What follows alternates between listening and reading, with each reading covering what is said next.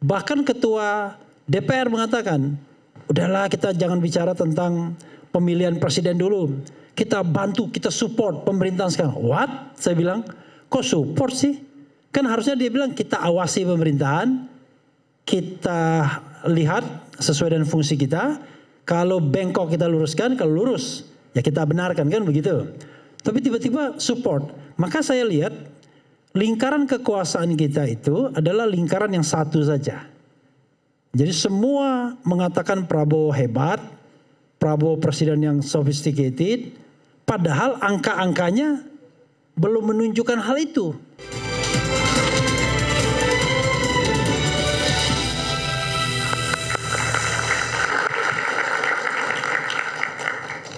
Saya belum beri kesempatan pada satu sosok ini. Ia adalah Profesor Ferry Latuhihin. Prof, silakan. Terima kasih teman-teman, terima kasih Bang Aiman. Saya agak bingung ya, ini kok dari dulu membicarakan. Ini nggak gelap tapi ya? Nggak gelap kan? Nggak, justru kalau dibuka mata saya biru ya. Oke. Silakan Prof, bebas. Saya masih bingung dari pembicaraan teman-teman tadi kok. Maaf ya, substansinya apa ya? Cuma membicarakan soal gaya. Dan kalau kita ngomong gaya itu ya masalah like and dislike. Ya, kalau saya suka saya bilang wah mati-matian saya bela, wah dia ini boleh dibilang menjadi suatu figur yang memang kita butuhkan gitu kan ya. Yang lain bilang enggak itu bohong semua gitu ya. Nah saya pengen menikik ke arah substansinya. Sebab yang namanya seorang menteri itu tidak terlepas dari apa yang namanya policy. Kebijakan. Saya nggak penting dia mau gaya koboi ya kan, gaya dangdut lah whatsoever, nggak penting buat saya gitu loh ya. Dan masalah policy ini yang menjadi pertanyaan saya, apa sih polisinya kalau mau 8% growth? Kan begitu. Karena kan kemana-mana beliau ngomong soal 8% growth gitu loh. Saya nggak penting gayanya. Nah ini yang menjadi pertanyaan saya. Nah soal gebrakan-gebrakan beliau, saya salut. Luar biasa ini orang beraninya.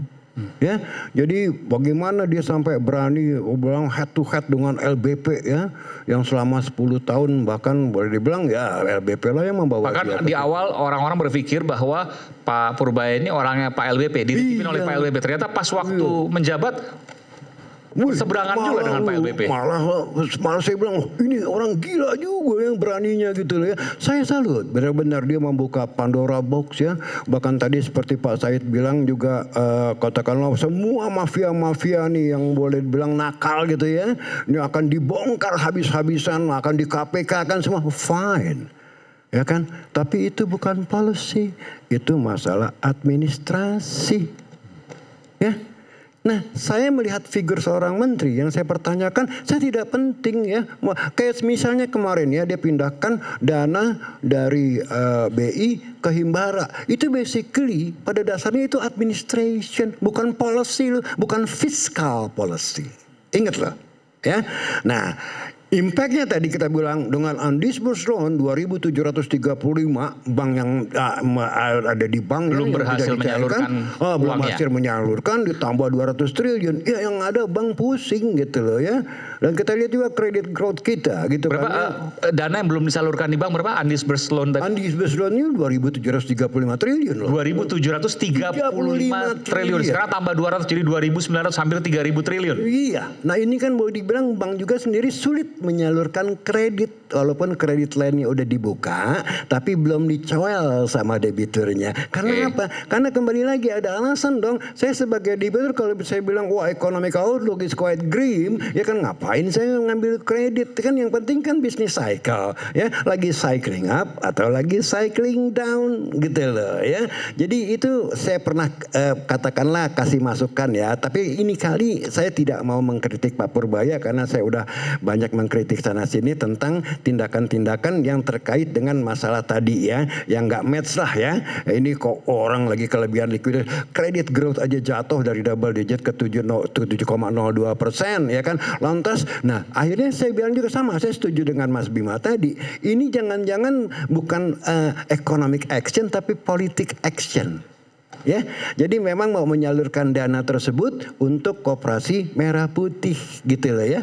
Nah, tapi kembali lagi saya bilang ya ini sih kita sebagai ekonom ya nggak usah kita kobar lah ya, kita tahu. Nah sekarang yang menjadi pertanyaan adalah kembali lagi satu ya, sebagai Menteri Keuangan ya, what I have in mind yang menjadi pertanyaan, the question is what policy ya.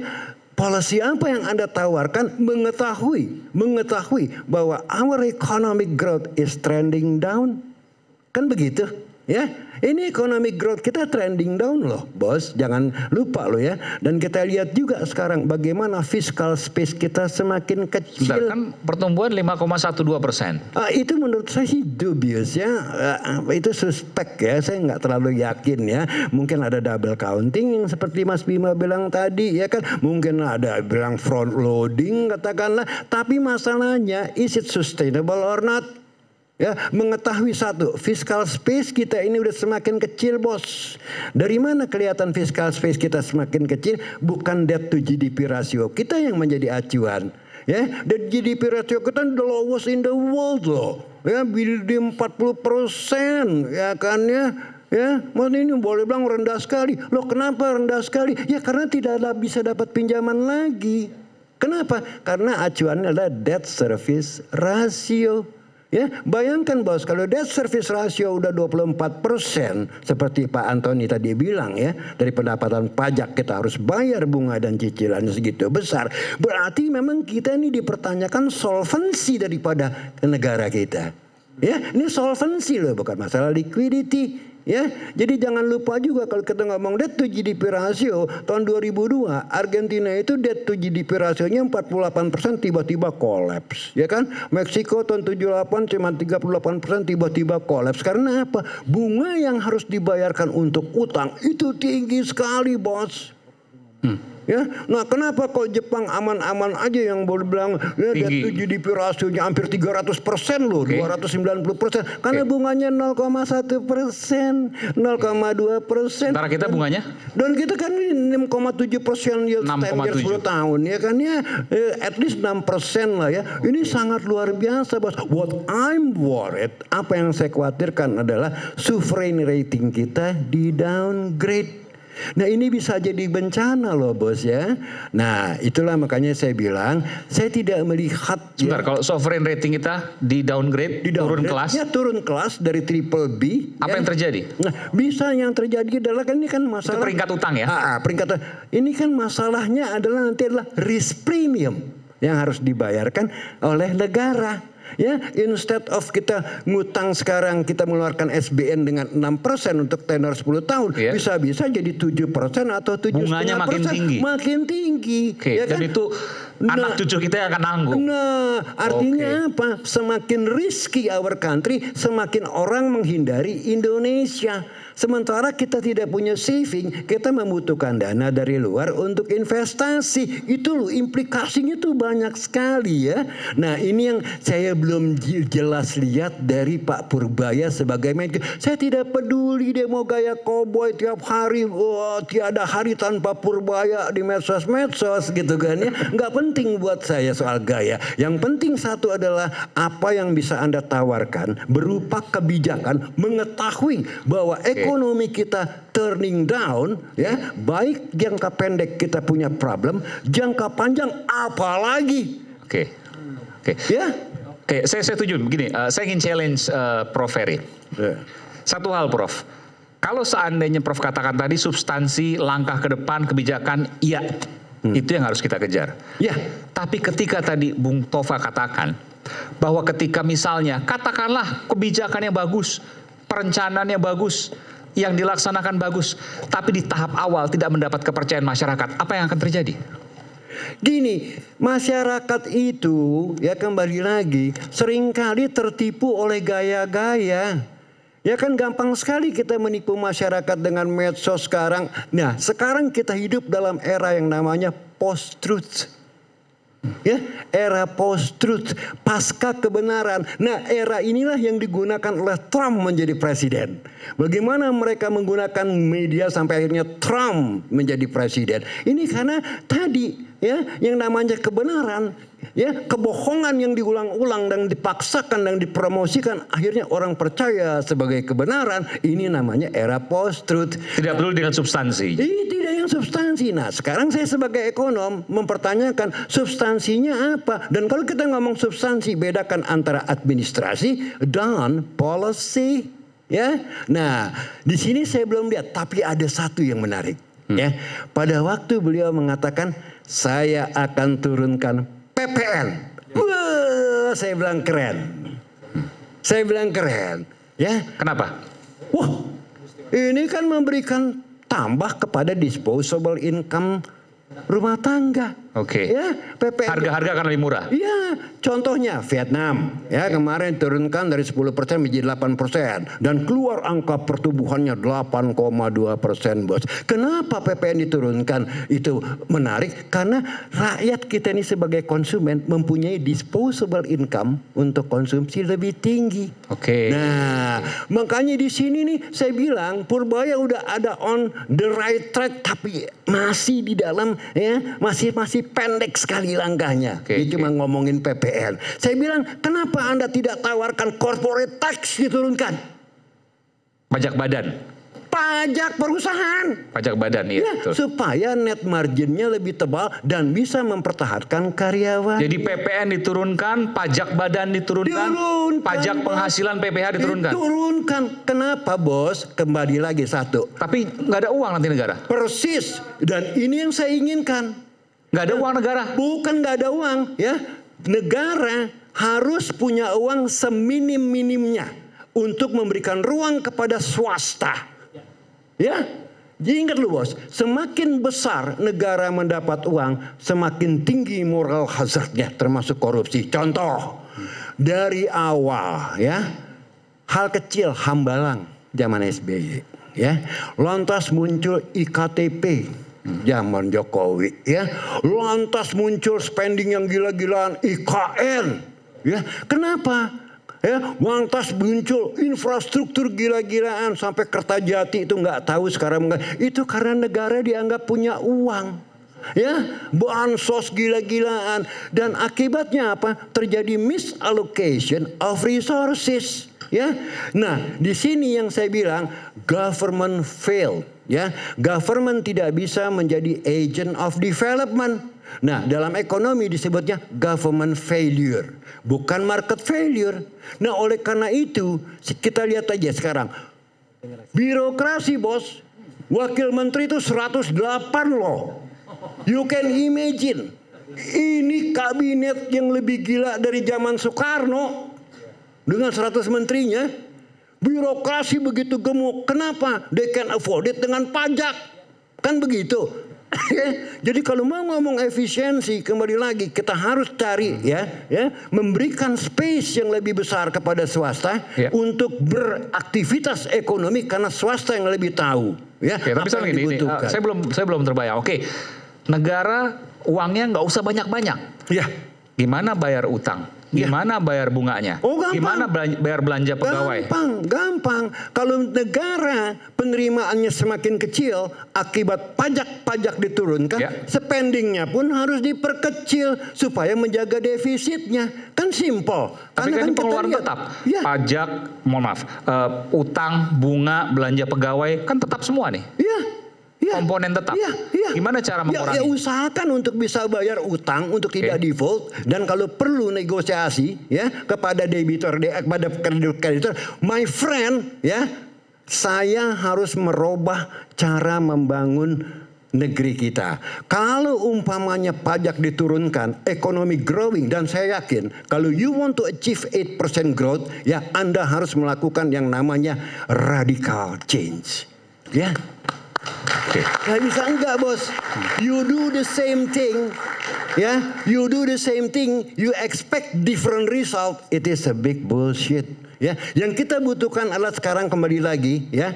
Ini adalah game changer. Ya, dan game changer itu harus radikal. Oleh karena itu saya katakan negara ini terlalu dominan menyetir ekonomi kita. Malah lebih gila lagi kemarin mau bikin mobil nasional, Mopnas. Udah jelas-jelas jadi zaman Soeharto itu Timur, Cakra, SMK itu gagal. Ya, kok maksa mau bikin mobil sendiri? Ya, dalam teori ekonomi ada yang namanya comparative advantage.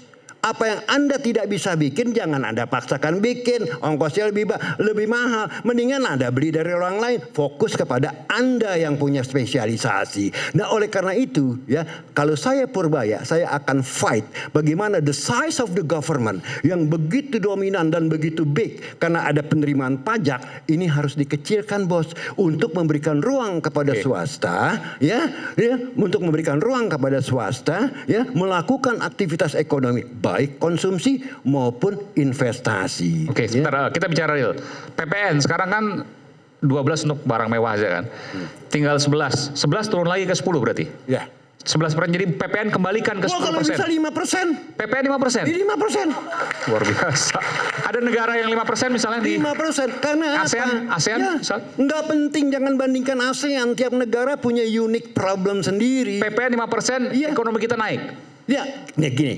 Logikanya begini, kalau PPN diturunkan 5%, disposable income daripada household, konsum nih, dalam equationnya bos ya, GDP itu adalah C, consumption, plus G, government, plus E, investment, plus X, export, minus M, import. Ya kan ya. Nah, kalau G penerimaannya turun, ya, ini bisa dikompensasi dengan C dari consumer, ya. Nah, kalau Consumer itu kebutuhan rumah tangga, belanja rumah tangga. ya, exactly. Karena kan kita punya duit lebih, barang-barang bisa lebih murah. Yang kedua, kalau kita turunkan corporate tax, ya, net margin, bottom line daripada income statement dia naik. Satu, dia bisa mempertahankan karyawannya. Yang kedua, once they think they have the chance to invest atau expand, dia punya uang. Dan di sini, ya, ekonomi kita digerakkan oleh swasta, bukan oleh government yang gagal menjadi agent of development. Oke. Nah, jadi poin saya, Anda salah kalau Anda bilang saya pro rakyat. Salah. Anda harus pro bisnis karena yang menciptakan lapangan kerja adalah bisnis. Ya, Yang kalau menciptakan bisnisnya lapangan mati, kerja adalah bisnis, ya, bukan ya, pemerintah. Bukan, pemerintah malah begini, bos. Semakin besar penerimaannya, semakin ngawur spendingnya. Tadi saya bilang, udah jelas-jelas kok mobil nasional itu gagal. Ya, udah jelas-jelas kok dengan banyaknya duit bangun-bangun proyek seperti IKN yang gak jelas-jelas. Ya, bikin-bikin IKTP, ya, bangun lagi infrastruktur yang luar biasa. Artinya apa? The more money the government get, itu makin kacau ekonomi kita. Karena apa? Misallocation of resources. Yang seharusnya ini kita sebagai warga negara bisa spending, ini digunakan oleh pemerintah. Belum lagi, bos, tentang proyek-proyek dan pengadaan-pengadaan yang ujung-ujungnya jadi bancakan. Terus terang aja, bos, saya tidak setuju yang namanya dengan program-program yang ultra populis macam MBG dan KMP. Ini udah salah dari awal aja, bos, udah salah. Kalau memang Anda mau melakukan apa yang namanya MBG, kenapa nggak fokus ke daerah-daerah tertinggal? Itu kan cuman paling-paling unit only 5 triliun, ya, dengan sistem kupon. Kenapa harus bikin budget 328 Tapi gizinya triliun? kan nggak, yang kurang nggak hanya di daerah terluar, nggak hanya 3T, ada juga daerah-daerah yang bukan 3T gizinya di bawah. Ya, oke, fine. Tapi kalau kita ngomong gizi, berdasarkan data statistik, as long as I know, itu 7,1% yang memang benar-benar urgent, ya, memerlukan gizi. Dan itu cuma 20 juta orang, bos. Kenapa yang harus disuapin 83 juta orang? Itu data dari? Ya, 20 juta data? itu yang memang benar masyarakat kita yang membutuhkan gizi. Gizi 20 juta itu nggak cuma anak-anak. Enggak, ini juga bukan semua anak-anak. Oke. Mungkin anak-anak cuma 10 juta, suppose 10 juta, ya kan ya. Oke. Enggak 83 juta. Nah, sekarang saya bertanya, ada apa di dalam program ini? Sementara kita bisa dengan 10 juta, kok kita harus suapin 83 juta? Ternyata kan kemarin keluar tuh, kalau nggak salah ya, ada kilasan di Instagram ya, ada 11 yayasan yang ikut di dalamnya, ya. Ya, ini kan lucu. Nah, Purbaya berani nggak mengcounter ini? Nah, kalau dia berani, saya cium tangannya. Oke. Silakan. Oke, Bung Refli silakan. Oke. Menarik ini. Saya menikmati gaya Prof. Ferry. Mantap. Jadi begini, Ini kesalahan rakyat bersuara mendudukan saya di sini. Karena saya nggak jelas ini posisinya sebenarnya ya. Karena saya bukan orang yang bisa terimpresi melihat orang sebenarnya. Ya biasa aja, ya itu soal gaya saja.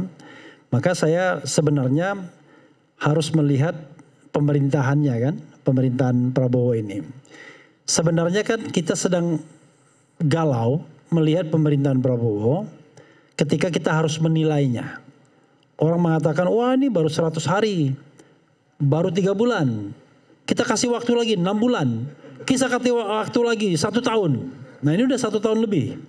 Pertanyaannya adalah, is there any significant change?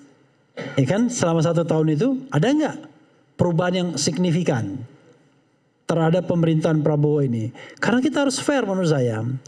Kadang-kadang kalau kita berdebat dengan representasi pemerintah, entah itu orang partai politik, rata-rata orang partai politik tuh.